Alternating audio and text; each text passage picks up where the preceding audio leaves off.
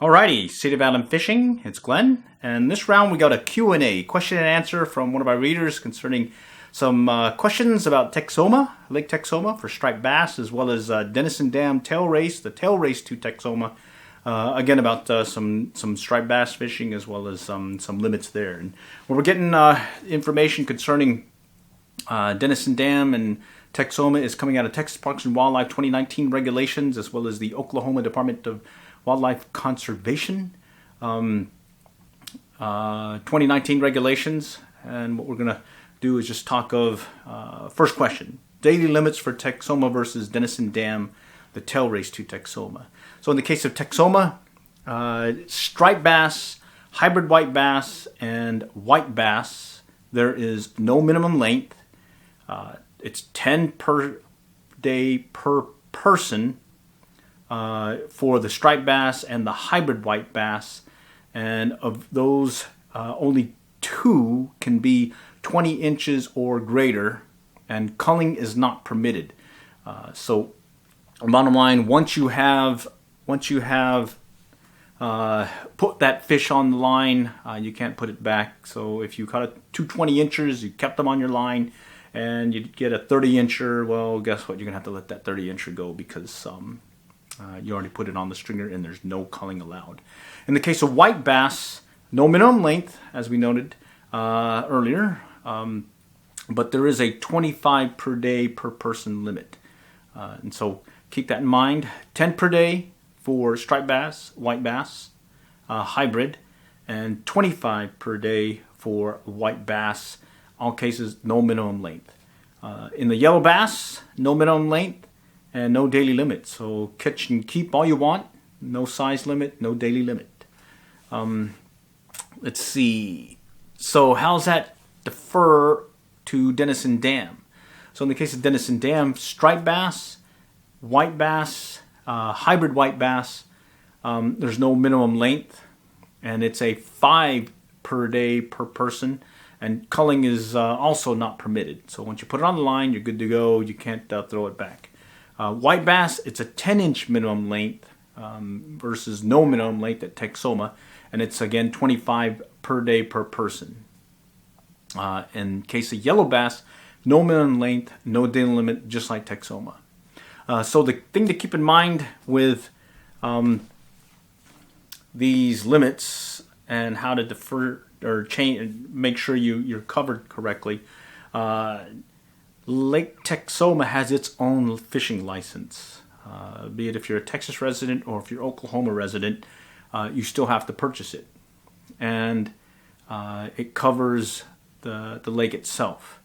I think it's calendar year, $12, $12 for the year, and then you're good to go. In the case of Denison Dam Tailrace, if you have a Texas fishing license, you are covered from the dam itself down to the spillway or the creek, Shawnee Creek, which is when the lake flows over. Will go over the dam, or not the dam, but it'll go over the spillway and get the diverted further downriver via Shawnee Creek. All right, so Denison Dam will be here, Shawnee Creek's here, and bottom line, if you fish on shore, you're good to go with a Texas fishing license. If you do step in the water, or if you go across to the other side, you have to have an Oklahoma fishing license, regardless of being in that area between Denison Dam and Shawnee Creek. Basically, the water is Oklahoma water. The land in that given section, Denison Dam to Shawnee, you can use your Texas fishing license. Rules the same apply when it comes to limits, that 5 per day per person when it comes to striped bass and hybrid white bass. That still applies. Okay, so I hope that answers the question. If you do want to look it up in the regulations, we highly suggest that because they do change things on us. So do check it out too before you head out there. And if you do have any questions, there is some contact information at both the Texas as well as the Oklahoma departments. Okay, on to question 2. Suggested fishing gear when fishing Denison Dam. It's going to vary based on the water flow. You've got a fast water flow, you've got a medium, and then you've got a slow. At least that's what we're calling it. Just to better explain what we mean by changing up your gear based on water flow. When we say fast, that's when they're generating power at the power plant, as well as discharging water from the lake itself. So there's a lot of water flow. 30,000 cubic feet per second is what we've seen over the years, and I believe what we're seeing now. So very fast water flow. Medium. Medium is mainly when we're saying they're generating power and we're still seeing lots of current, lots of water, but not near as much when they're discharging from the lake itself. 5,000, 10,000 cubic feet per second is what we will see in those cases. And then slow. Well, there's no discharge, there's no generation, and things are kind of settling down, and it's just at a trickle, basically. There's still some current here and there, but you'll start seeing the rocks, submerged rocks, start showing the eddies and pools and whatnot. So that is what we call slow. When we're talking generation schedules and releasing water, several years back we posted in our archive blog, cityofishingblogstalk.com. We put in some information on how to read the generation schedule, or some links. I think some of the links are still valid, as well as they've changed up a few things, but bottom line, there's some information there that'll give you an idea on how to read the generation schedule. There's two. There's one where they're going to talk of the schedule itself, and then there's another one where they're talking real-time release. The real-time release is nice because it tells you, I think it's like a 5 to 15 minute delay, but you can see that there is some water flow based on the cubic feet per second that they're reporting. In the case of the generation schedule, use it as an idea as to when they're going to be generating, and it's scheduled. But they had that caveat in there that it'll change at a moment's notice, and bottom line, it does change at a moment's notice, because it's all based on power demand. If it looks like there's going to be a high need for more power, then they'll start generating. But what we'll then do is we'll take a look at both schedules, the generation schedule as well as the real-time release, and what we'll start seeing is some patterns. I think in the winter what we started seeing is an evening pattern where, like, after 8 p.m. into the night they would generate, and then just before 6 a.m., 5 a.m. they'd quit, and that would be our trigger to know that we need to make a run up there and work some of those pools, because by the time we get there in the next hour or so after they quit generating, is we'd start seeing that nice pool of water and different rocks and whatnot, and see if we can catch a few fish that way. So yes, that's how we use those schedules. So do take a look at it, cityofishingblogstalk.com. When you go and look in there, I think there's like top posts, there's like a feature in that blog where you can go and see the number 1 or 2 posts on this blog, and it's typically the generation schedule information. So do take a look at that. Suggest fishing gear, let's go back to that. Again, varies based on the water flow. So what do we do in the case of the water flow being fast? Well, we'll tend to use surf fishing gear, be it a bait caster, spinning gear, but basically 10 foot plus to get that extra leverage, because what you're really looking for is distance, getting mid-river and past, and when they call it at the Texas wall, where you hear them yanking some distance with their lures way out there. That's what we're talking about, is you want to be able to hit that distance, because the fish will be out there past mid-river in most cases, or in some cases. Also, think of a balanced outfit, because you're going to be doing a lot of casting, so you want to make sure it's well balanced. If you've gone through easy rule of thumb, if you've done 20 casts and you're already tired, well, it's probably better to go with a lighter or maybe more balanced outfit, because you'll definitely do more than 20 casts while you're there in a session. In the case of lures, there's that fast water poppers when they're hitting on the surface, pencil poppers, all those surface poppers that you have, bombers, and then have rattle traps with you, the heavier variety in some cases. There was one year we did really good with some rattle traps. I think it was the magnum size ones. So those were good. Float and jig and fluke rigs. So you have your float, and then you have a jig and fluke. Usually that blue and white Clouser looking jig that we pick up at Dave's Ski and Tackle, or formerly called Dave's Ski and Tackle. I think it's now called Lone Star Convenience Store. We usually have that, as well as some white flukes, plastics, pearl, pink is usually good too. There was this one that, I forgot the name of it now, Coco or something. We used to pick up some of those there, and I think they went out of business, but bottom line, those were some good plastics that we would put on our jigs as well. And then we'll just have some heavy jigs, really heavy, 1 ounce jigs or greater, just to take it down to where the fish are because of that heavy flow. From a bait standpoint, we'll tend not to fish bait in the fast current. What we'll do is we'll go further downstream, watch the current, and look for some slower water, be it some eddies and pools that are starting to form further downriver. And at that point, we'll start fishing some baits there. But we won't be fishing the main area where you see a lot of other fishermen closer to the dam face itself. We'll tend to use bait further downriver in most cases when it's fast water flow. Let's see, fly fishing gear. Yes, we do use fly fishing gear, but when the water is really fast, like now, we'll tend not to. Some of the things that we keep in mind when we're talking fly fishing gear is the back cast. It's going to be a very limited back cast, at least on the Texas side. You've got that high bank. It's going to be clobbered. It's going to be pretty tough to get out there.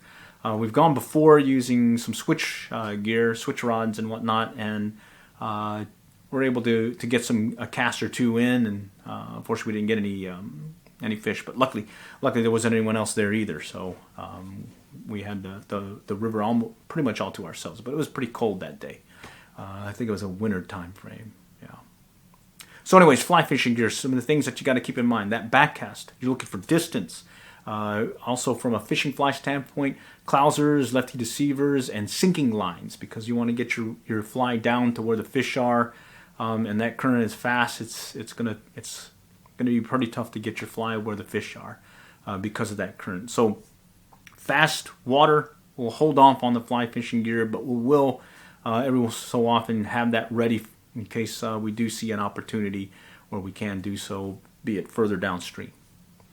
Let's take a look at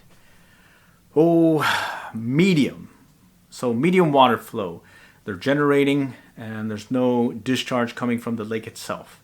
We'll kind of adjust our gear from that 10-foot rod, maybe shift to something shorter, a 7 or a 9-foot. And here it's less about distance, but instead targeting those current breaks, holes, and eddies. So you don't have to just yank it out there and hopefully get it to where they are. Instead, you can start working those different current breaks and hopefully catch some of the fish that are lingering there. You still do a lot of casting, so that balanced rod is going to make a difference. Again, like we said, you're casting 20 times and you're already tired. You need to make an adjustment. Lures will still have the same, but will just be lighter weights. Baits, live bait, we'll keep that in mind. Shad's always good. Believe it or not, bluegills, sunfish, little 3-inch ones, especially at night. We've gone before, way back when, catch a whole bucket of 3-inch bluegill, sunfish, and then we'll just kind of free line them out in the river at night, and we've gotten some fish that way, be it striped bass as well as catfish. Do be considerate though when it comes to fishing on the bottom. and watch what others are doing. If it looks like you're in a section where the casting pattern is everyone is pretty much fishing a float and jig, or is fishing the river basically, where they're casting upstream and letting their lure, their bait, flow downstream, and they're not fishing the bottom itself proper with a heavy weight.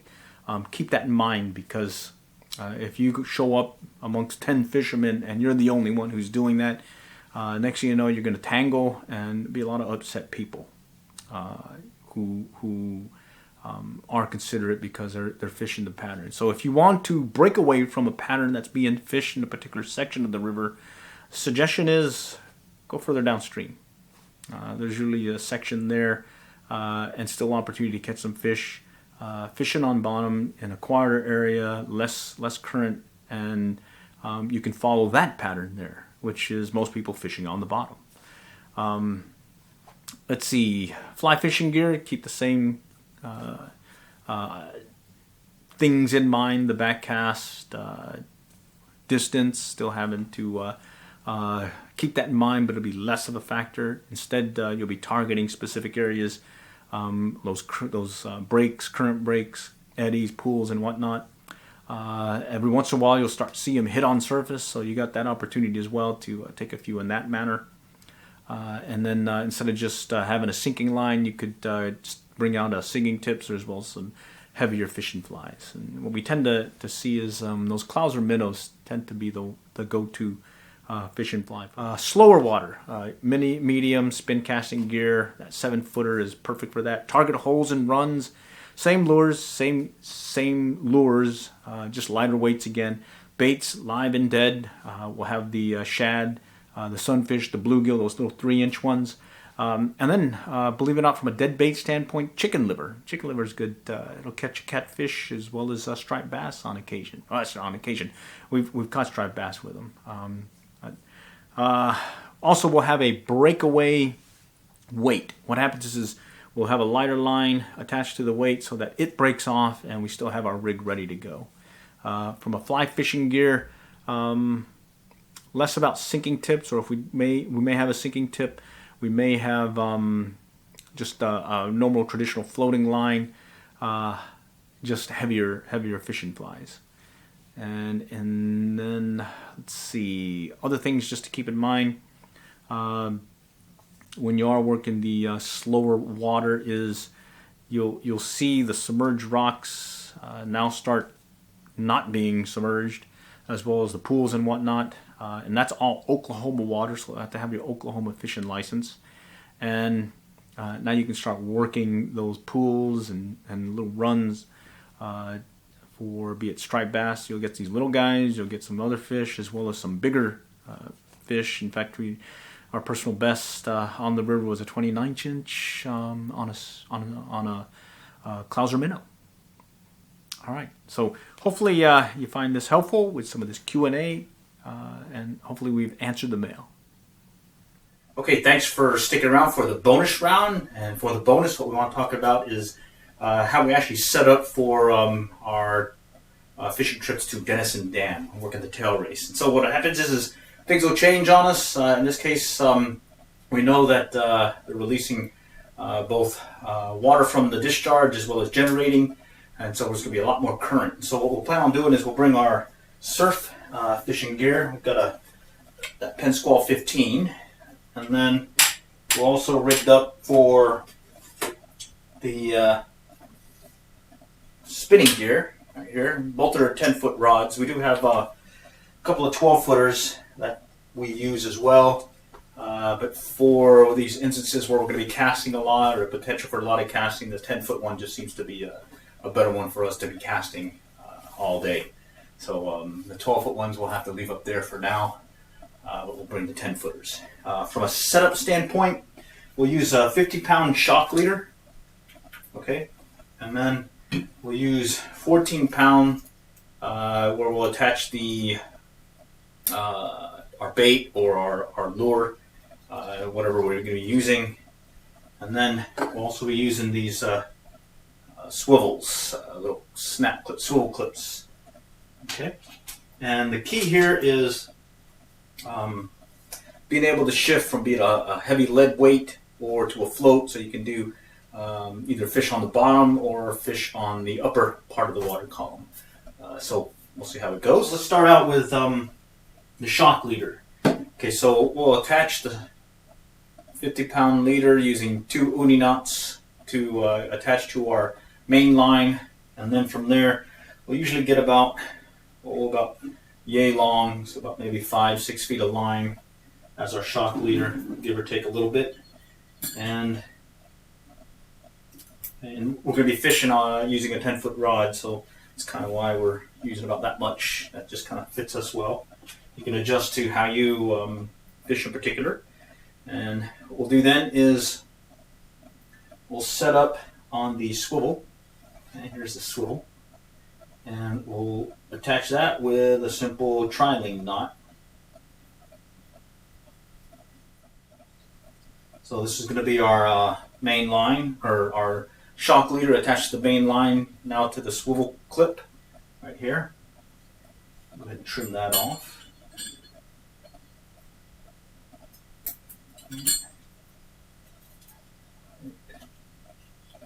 Okay, and then next piece is the trace, the line that's going to go from that swivel clip to our lure. Well, should go about yay long again, and then depending on how they're striking, we'll adjust, either give it less or more, but again we'll see how the pattern is. And then, so we've got the swivel clip, shock leaders attached to the one line right here. Okay, and all we'll do is tie to that same eye, in this case, yes, 14-pound test mono, using a tri-link knot as well. We tend to use a tri-link knot for larger diameter mono, as it tends to slip if we use an improved clinch knot. And then we tend to use the uni knot when we're attaching 2 different lines to splice together. Okay, so what should happen is you'll have the swivel, you'll have the line that's going to go to your lure, you'll have the shock leader that's going to go to your main line, and it'll be attached to the same swivel eye or eyelet that's to the swivel. So we'll go ahead and get a close-up of that. It'll look like so. Let's see if we can get a better picture of it. Right here. It'll look like that.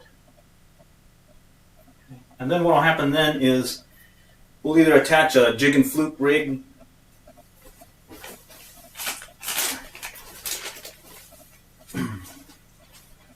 all right, well we used to use this one, these Coco paddle tail, really nice ones, that they don't make them anymore. We got them at Dave's Ski and Tackle. I think now it's like Lone Star Ski and Tackle. But that's went out of business, and the place we go to is now Lone Star. We'll go with a jig and fluke rig. So we'll take usually a blue and white jig, put the fluke on there, and then we'll attach it to the end here. So let's go ahead and grab one of those jigs. There it is. This is the jig and fluke rig. And oh, by the way, we still have our last Dave's Ski and Tackle Coco paddle tail. There it is right there. That's the one that we really like using when we're out and about fishing over there at Texoma or Denison Dam Tailrace at Tailrace to Texoma. So that's how we'll set it up. And we'll attach that to that 14-pound test line. And if it turns out that we want to fish bait, we'll go ahead and replace the jig and fluke rig with a hook, be it a circle hook or whatnot, and adjust from there. Depending on how the current's flowing, we may go with longer or shorter leader as well. Alright, so there it is. Okay, so there it is. It's a line to the swivel here. It's fairly good size here, about 5 foot or so. And then the shock leader, and that'll go and attach to our main line.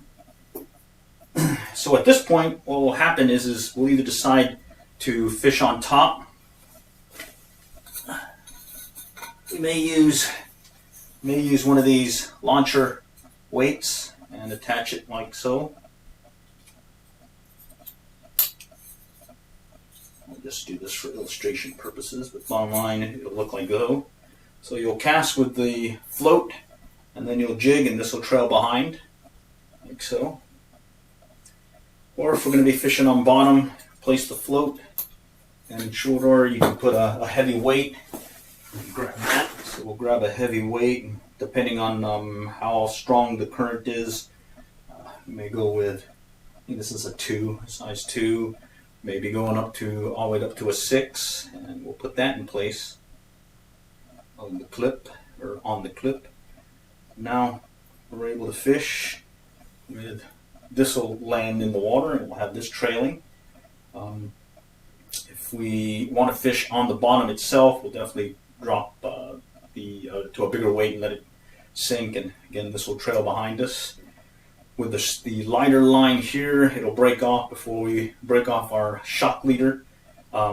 If we know we're going to be working the bottom as well, we'll change the weight, put a light line as well, like a 12-pound test, 14-pound test, something that's definitely lighter than the shock leader. Put that on the weights, and then we'll use that as a breakaway as well. So if we get hung up because of the weight, it'll snap off. We get hung up on this with the jig, it'll snap off as well. Also, depending on what lures, what bait we're using, we'll definitely, sometimes we'll even just take this off and just go straight bait or straight lures. And so the versatility of this is if you have a strong shock leader, you can be fishing all day with that and never lose your swivel. The only part you'll be losing is this the line you have attached to the lure, your bait, or the line that you have attached to your weight itself. And again, we'll use that breakaway line. So we'll put like a 12-pound test line here, and then we'll put the weight here, and then that'll be the key to when it is snagged, we're able to pull off. All right. So that's our rig. We'll be using, be it surf casting gear, in a bait casting, Penn Squall 15. We also got our old Penn reel 750 series. And then we got various weights, 2 with 6 ounces. From a jig standpoint, I think we've got 1/4 ounce, 1/2 ounce. I think there's some even heavier ones, 5/16 that we'll use as well. And again, it's all based on the current. And if you are fishing a particular area where there's lower or slower or more current, you'll adjust your weight as needed. All right, so I hope this works for you. Let us know how it does. And oh, by the way, send any other questions, comments our way. Thanks for joining us.